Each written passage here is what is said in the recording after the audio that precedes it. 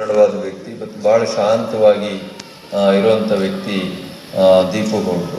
ಇದನ್ನು ಅವ್ರನ್ನೂ ನಾನು ಹೇಳ್ತಾ ಇದ್ದೆ ಅವರಿಗೆ, ನೀವು ಸಣ್ಣದು ಏನಾದರೂ ಒಂದು ರಿಯಲ್ ಎಸ್ಟೇಟ್ ಕಂಪ್ನಿನೋ ಫರ್ಮ್ ಏನಾದರೂ ಮಾಡಿಕೊಂಡಿದ್ರೆ ನೂರಾರು ಕೋಟಿ ದುಡಿಬೋದಿತ್ತಲ್ರಿ ನಿಮಗಿರೋ ಪ್ರತಿಶಕ್ತಿಗೆ, ಇದೆಲ್ಲ ರಿಸ್ಕು, ಏನಕ್ಕೆ ಸುಮ್ಮನೆ ಈ ಕೆಲಸ ಮಾಡ್ತೀರಾ ಹಾಗೆ ಅಂತ ಹೇಳಿದ್ರು. ನಾನೊಬ್ಬನೇ ಬೆಳೆಯೋದೇನು ಭಾಳ ದೊಡ್ಡ ವಿಷಯ ಅಲ್ಲ ಸ್ವಾಮೀಜಿ.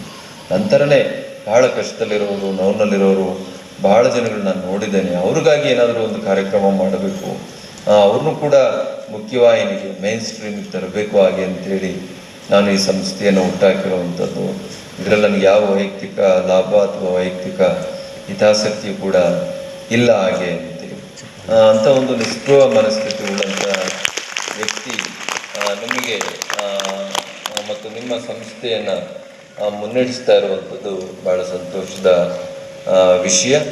ಮುಂದಿನ ದಿನಗಳಲ್ಲಿ ಈ ಸಂಸ್ಥೆ ಬೇರೆ ಬೇರೆ ಆಯಾಮಗಳಲ್ಲಿ ತೊಡಗಿಸ್ಕೊಂಡು ಭಾಳ ದೊಡ್ಡ ದೊಡ್ಡ ಲಾಭವನ್ನು ಗಳಿಸಿ ಆ ಲಾಭವನ್ನು ನಿಮ್ಮ ಮನೆಗೆ ತಲುಪಿಸುವಂಥ ಕೆಲಸವನ್ನು ಮಾಡಲಿ ಮತ್ತು ರಾಜ್ಯದಲ್ಲಿ ಭಾಳ ದೊಡ್ಡ ಒಂದು ಪ್ರತಿಷ್ಠಿತ ಆರ್ಥಿಕ ಸಂಸ್ಥೆಯಾಗಿ ಸ್ಮಾರ್ಟ್ ಕ್ವಿಕ್ ಸಂಸ್ಥೆ ಹೊರಹೊಮ್ಮಲಿ ಆಗಿ ಅಂತೇಳಿ ದೀಪು ಗೌಡ್ರಿಗೆ ಮತ್ತು ಅವ್ರ ಜೊತೆಲೆ ಗಟ್ಟಿಯಾಗಿ ನಿಂತಿರುವಂಥ ತಮ್ಮೆಲ್ಲರಿಗೂ ಕೂಡ ಭಗವಂತ ಆ ಶಕ್ತಿಯನ್ನು ನೀಡಲಿ ಆಗಿ ಅಂತೇಳಿ ತುಂಬ ಹೃದಯದಿಂದ ಹಾರೈಸ್ತಾರೆ.